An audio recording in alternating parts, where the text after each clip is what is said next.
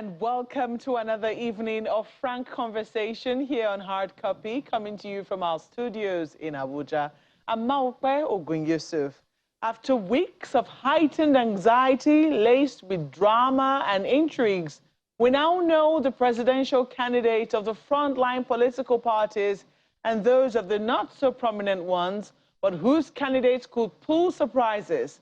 It had not been an easy one for political parties who seem to enjoy finding a consensus. But what is democracy if it's not letting majority have their way and minority their say?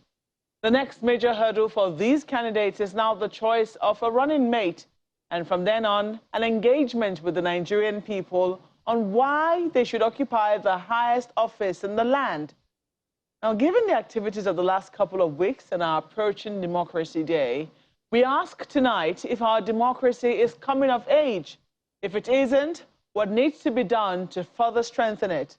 Our guest is Dr. Ikechukwu, the Executive Director of Development Specs Academy.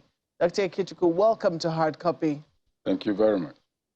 Now, I've been wondering in the last couple of days what sheer coincidence it was to witness the primaries of a number of political parties in the run-up to Democracy Day.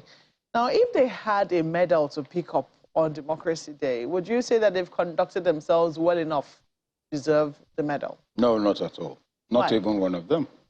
Why? What is democracy? Despite the show of the primaries, a lot of them have been patting themselves on the back, congratulating themselves for a successful primary. By what standards are those primaries successful? I'm a candidate to get a form. I pay over 10 million. That excludes the bulk of Nigerians, not less than 99% of Nigerians. To get involved, delegates are procured, and I hear money, further funds are expended in that regard. To that extent, what you've done ab initio is to set an extremely high bar, in which case, if it's government of the people, then it can only be government of the people who can pay.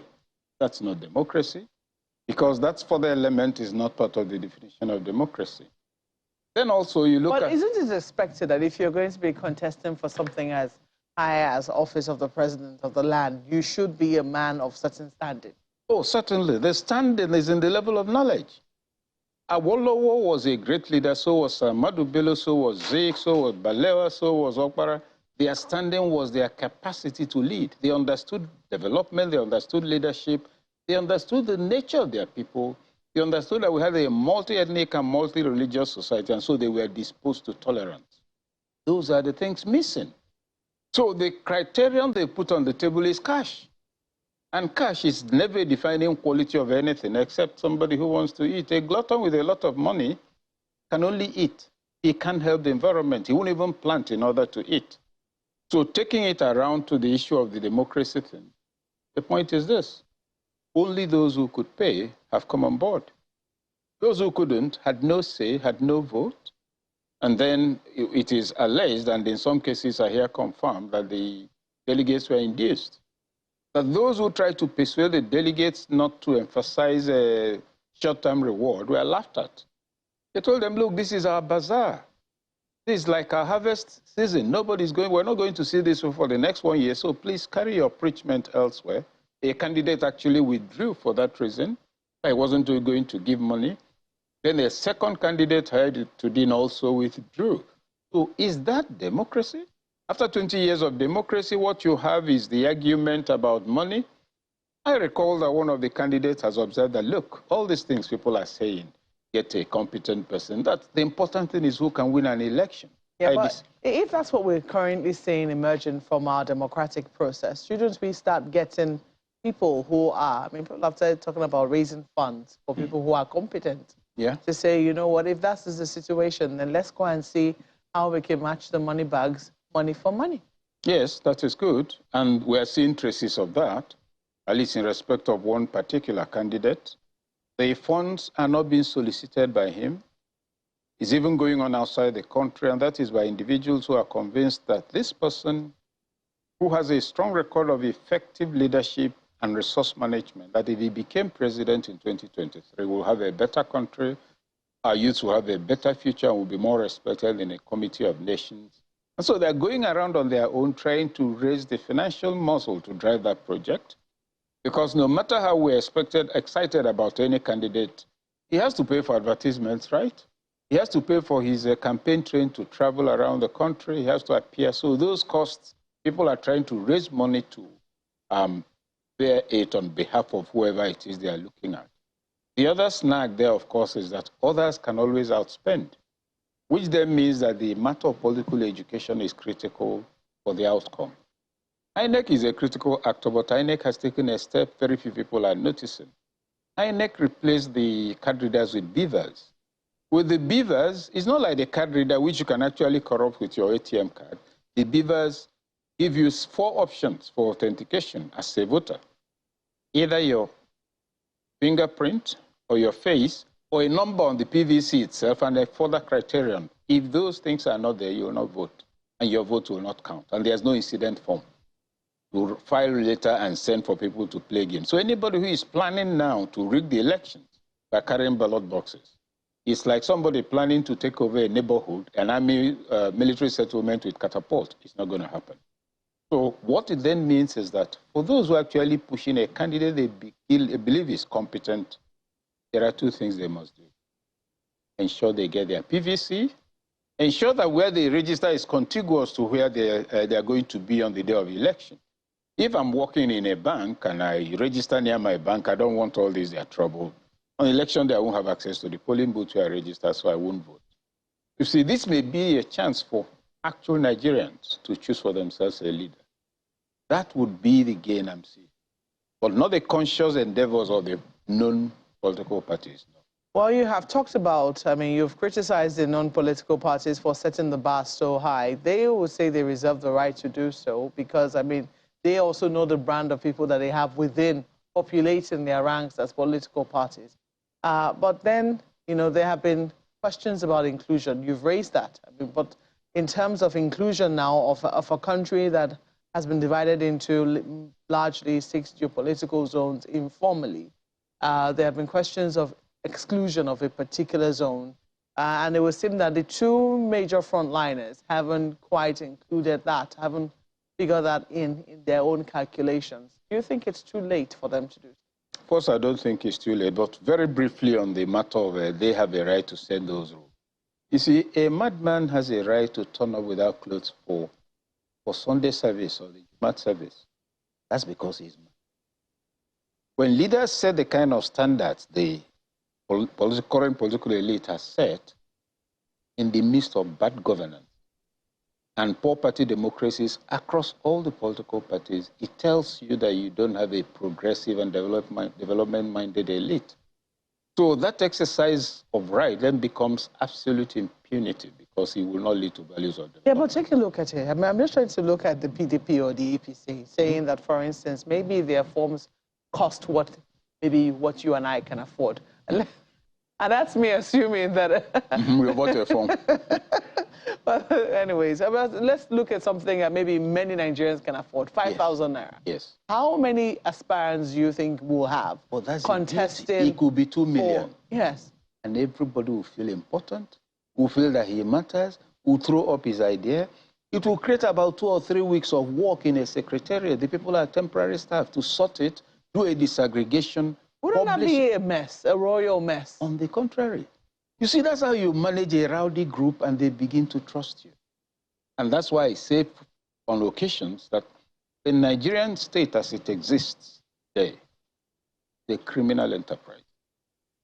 Yeah, but going back to the matter of inclusion, yes, and whether it's too late for the parties, no, it isn't. No, but I have to say, assuming, for instance, they had left it, say, as for educational qualification, do you think that they could have been sued, taken to court, that that's not what the Nigerian Constitution demands? No, the conditions are already in the Constitution. Indeed. So take what's in the Constitution and apply it. But you took what's in the Constitution, in addition, you put what I call a totally overriding criterion. You've had your school cert, you're within 35 years of age, you're this and that, so you're qualified to be president. But to indicate interest and collect the form, you pay 50 million or 20 million. So totally overriding the constitutional provision. That's the only thing without which you can't engage. If it was any other thing, oh, you do everything, but you're not 35, too bad. That's the point. And you see, the distillation process not throwing up the right kind of. especially when you consider that close to 80% of the billionaires we have today became billionaires between 2000 and today. Okay. So you're talking about the problem of the Southeast.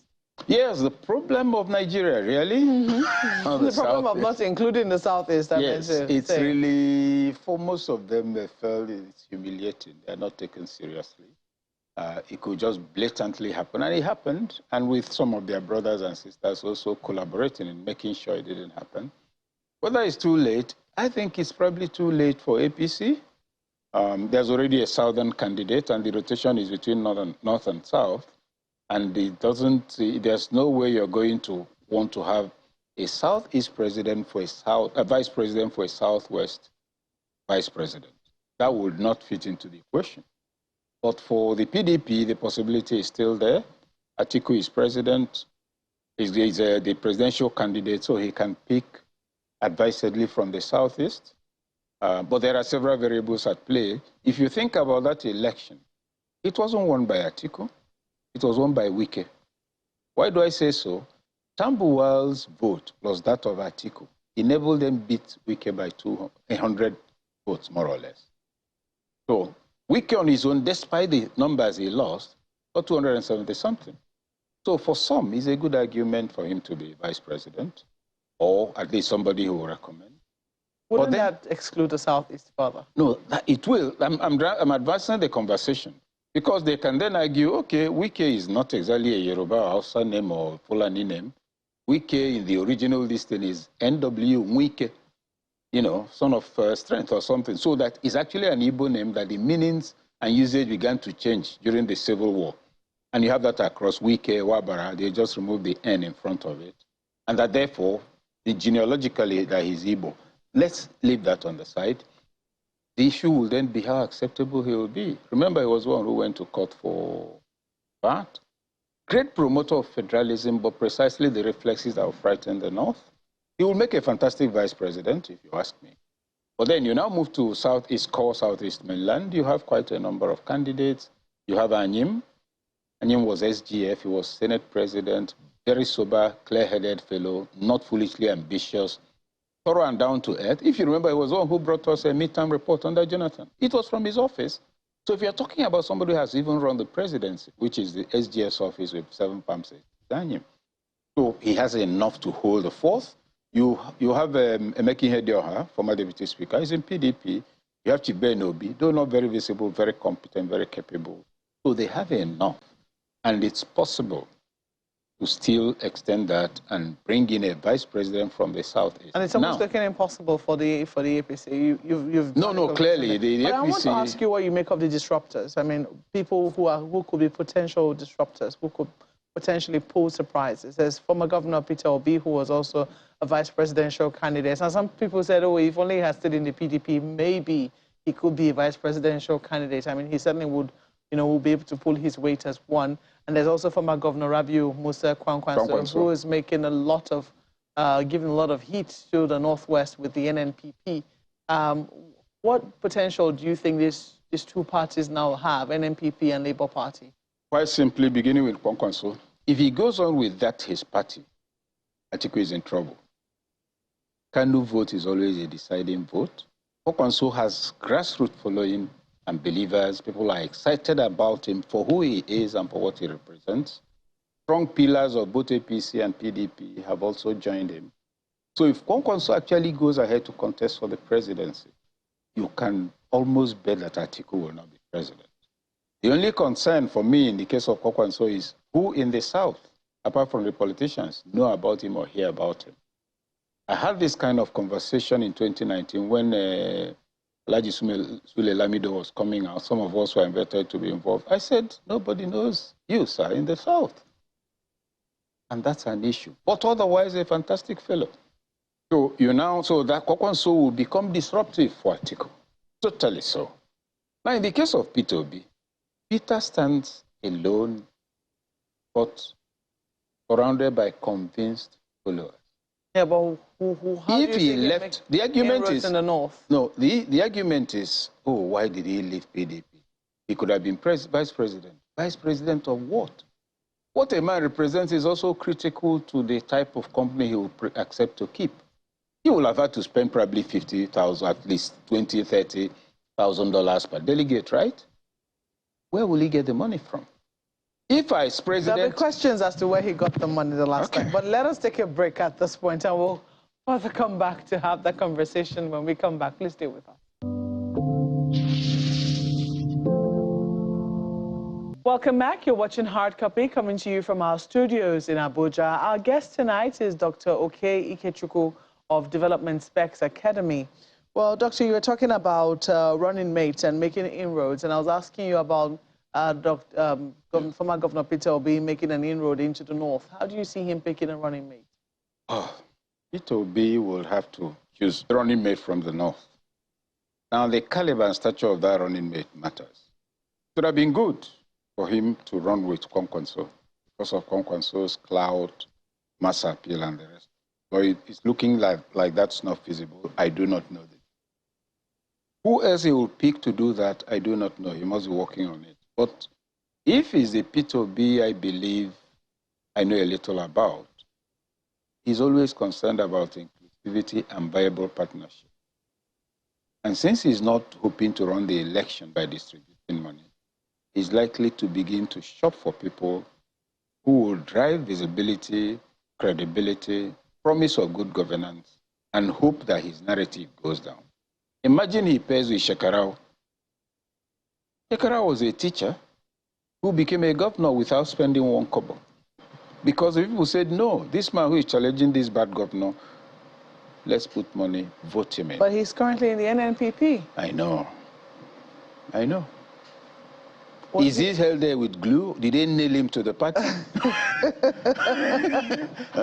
We have 8 months to find out. Ganduje's chief of staff who went to join NNPP. Did anybody believe that could happen? We have 8 months to find out whether he's been held there with Sorry, glue. one moment. That's the issue. You see, these 8 months is the undoing of the political elite, particularly two political parties. You're worried about that? No, they've always been you're happy about it? Very. They've always been surviving by political burglary. They tap on the window, you're looking there, they enter through the other window. Before you know it, the elections are over. 8 months. They'll start spending in the next 4 weeks, 5 at the most.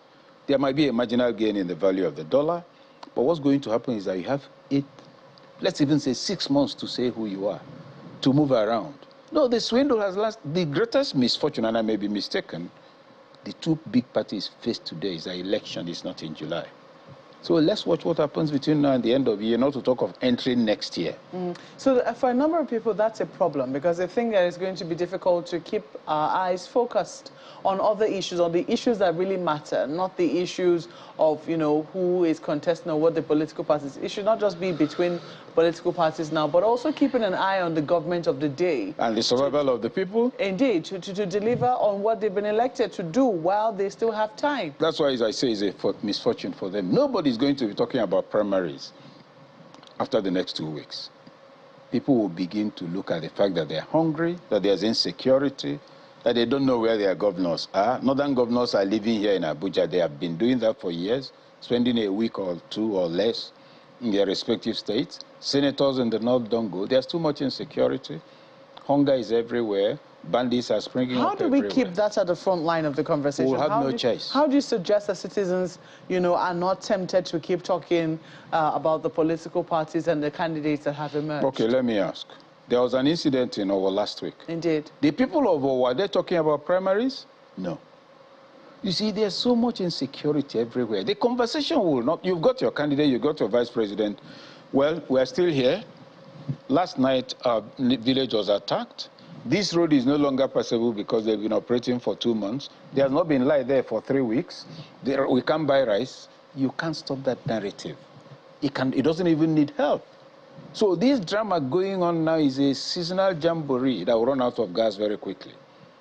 Many of those who got the dollars will change it. That's why I say, let's watch ourselves in the next 2 weeks, what the narrative will be. That's when the political elite will be getting the real hammer. That's when people will have time to now be reminding the incumbent government that it hasn't done anything on several fronts. That's when the PDP, which has consistently been an incompetent opposition, will see where it needs to up its game if it's serious about 2023.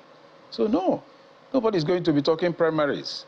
Attacks are increasing every day as we speak. In the Southeast, it's the same thing. The bishop that was kidnapped, you had his narrative. Nobody's good. So that will become a self-replicating misfortune across the country. And that will become the narrative.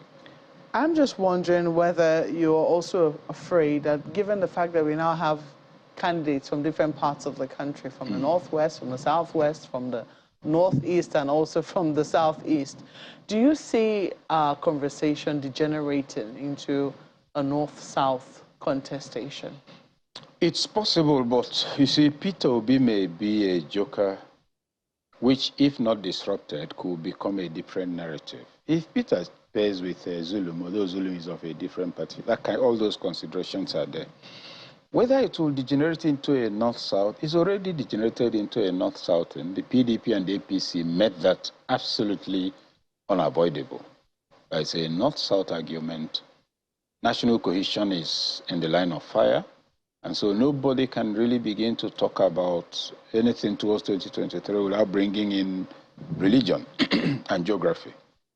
Now, whether the degeneration will go far enough to become ultimately disruptive is what nobody can predict for now. Do you think we could prevent that? Do you think citizens have a role, or is it government, you think, that has a greater responsibility in preventing that from happening? Because some people believe that we haven't quite recovered from the elections of 2015.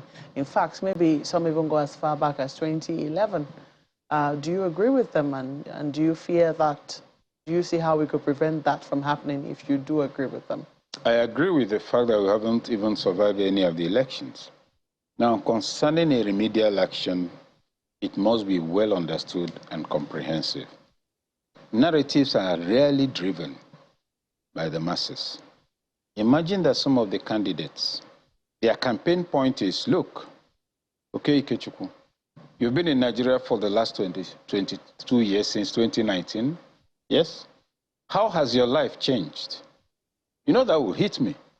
In 1919, you were buying, 1999, you were buying rice at this amount. In this year, you're buying, this is where you're buying it now. The road to your place, has it gotten better or worse? Do you know that what's happening to you, okay, Ikechukwu, is what's happening to somebody in Owo? That's what's happening to my friend in Kaduna. The other, my cousin in Jigawa, is saying the same thing. The other man living in Kebbi is going through the same thing. Okay, do you know what two of you have in common? I say, no, sir. Two of you are ordinary Nigerians.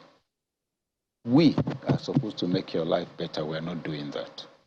So the whole point of government is to know that that Jigawa man you're saying is your trouble. Okay, you don't know him. He's not your trouble. I'm the one telling you his trouble. If they make me minister, will I come to you? Now imagine that that's a campaign point of any of the candidates. And he's ready to do the legwork. First of all, he will not easily attack his neighbor. This man has no quarrel with you. This woman has no, two of you have been trading together. Then you're told he's your enemy. Okay, what is an enemy? Somebody who works against your interest. Has he ever cut your light? Damaged your bucket? Said waka to you? Asked his children to stop greeting you? No. Please tell me how he's your enemy. It's somebody who told you. Now, that's the kind of campaign. It is doable. Unfortunately, I'll keep repeating, for the big parties who are used to not campaigning, there's 7 months left.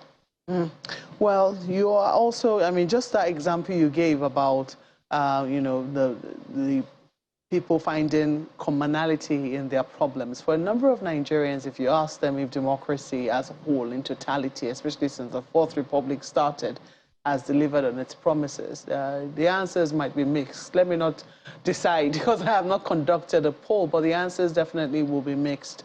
What would you say to those who are getting disillusioned about the system of government that we have? You see, life is full of ambush. If after this program I step out and I'm walking towards the car and rain begins to fall, if I don't have an umbrella, I get beaten. I won't go and call the police that rain didn't tell me it was going to come. I'll then not say, no, I'll never come to Channels TV. I'll not go out of my house because rain falls occasionally. What do I mean by that? You can't give up for as long as you're alive. You can't. So find possible ways of engagement. We've also made the mistake of driving the national narrative until we have a predominantly lamentational public disposition, where people are experts are telling you what is wrong, how hungry they are, and so many other things. No, no, no, no, no. All of those are facts. Giving up, when you give up, what will you do? Lie down and die? If you lie down, you won't die. That's the unfortunate thing. And you know the scriptures tell you, he that is down need fear no fall. Okay, I'm down, my dear. Fear people trampling on you. So as you're down, be watching out. It's no longer what it used to be. Dr. Ikechukwu, I'm sure you've left some words to reflect on. Thank you for coming on Hard Copy. My pleasure, as always. Well, that's our program tonight, but we want to hear from you. Please write to us using the handles showing on your screen. Thank you for watching. I'm Maokwe Ogun Yusuf. Happy Democracy Day ahead, and good night.